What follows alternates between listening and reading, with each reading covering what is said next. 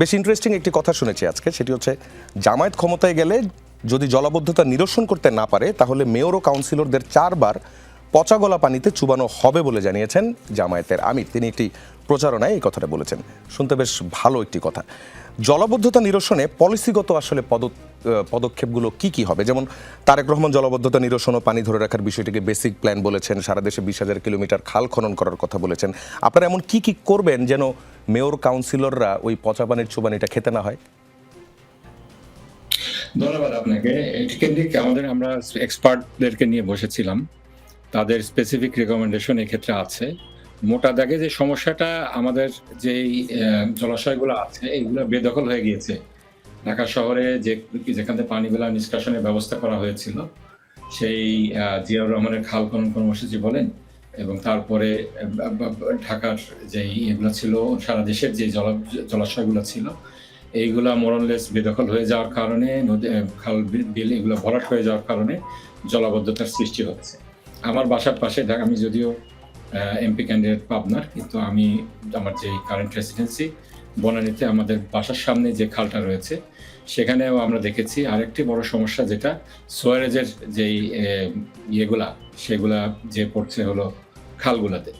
এইগুলা সমস্যাগুলো যদি সমাধান করা যায়, এগুলা সমস্যার সমাধান করা খুব বিগ থিং আমি বলবো না। এখানে সদিচ্ছার অভাব রয়েছে। এখানে যারা বড় বড় ব্যবসা করছে, হাউজিং বিজনেস বিশেষ করে, তাদের যে টাকা খেয়ে যে দুর্নীতিগুলা অসাধু ইয়েরা করছে, সরকারি কর্মকর্তারা, রাজক থেকে শুরু করে অন্যান্যরা, এগুলার কারণেই দুর্নীতি হলো এখানে মূল কারণ, যার কারণে আমরা সাফার করছি, ঢাকাবাসী সাফার করছে, সারা দেশবাসী সাফার করছে।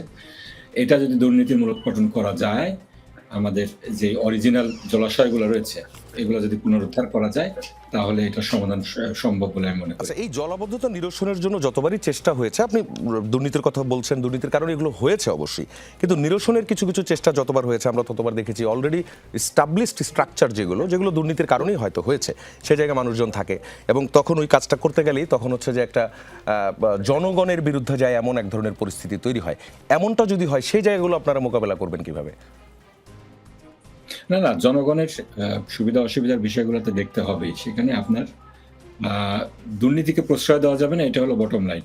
এরপরে ধরেন দুর্নীতিবাজরা, বিভিন্ন অসাধু রিয়েল এস্টেট ব্যবসায়ী যারা ছিল, হাউজিং ব্যবসায়ী যারা ছিল, তারা দেখা গেছে সাধারণ মানুষের কাছে জমি বিক্রি করে তারা চলে গিয়েছে। তো এক্ষেত্রে সাধারণ মানুষ সাফারার হচ্ছে কিনা এটাও দেখতে হবে। সবকিছু সমন্বয়ের ডায়ালগের মাধ্যমে আপনার দুর্নীতির মূলোৎপাটন করতে হবে এবং এই সমস্যাগুলোর বাস্তবসম্মত সমাধানগুলো দিতে হবে আমাদেরকে। এক্ষেত্রে এক্সপার্ট এবং জনপ্রতিনিধিদেরকে নিয়ে এখানে কমিটি করতে হবে এবং যেটা বাস্তবসম্মত সেইভাবেই কাজটা করতে হবে। আমাদের যেমন, আমি যেটা জলাবদ্ধতা আমার বনানীর ক্ষেত্রে যেটা বললাম, এখানে কেউ লেক দখল করেনি। লেক দখল করা ছাড়াই দেখা যাচ্ছে যে এখানে সুয়ারেজের লাইনগুলো আছে, যার কারণে এলাকাবাসী সাফারার হচ্ছে। তো এক্ষেত্রে দুর্নীতিটাই হলো মূল। অন্যান্য জায়গায় এখানে দখলের বিষয়ও আছে, যেগুলো একেবারে কি এরিয়া যেগুলো, সেখানে তো আপনার যদি দখল করে কেউ থাকে, এক্ষেত্রে সাধারণ জনগণও যদি সেখানে থাকে, তাদেরকে রিলোকেট করতে হবে। সেক্ষেত্রে বাজেটের বিষয় আছে, সবকিছু বাস্তবসম্মত উপায়ে সমাধান করতে হবে।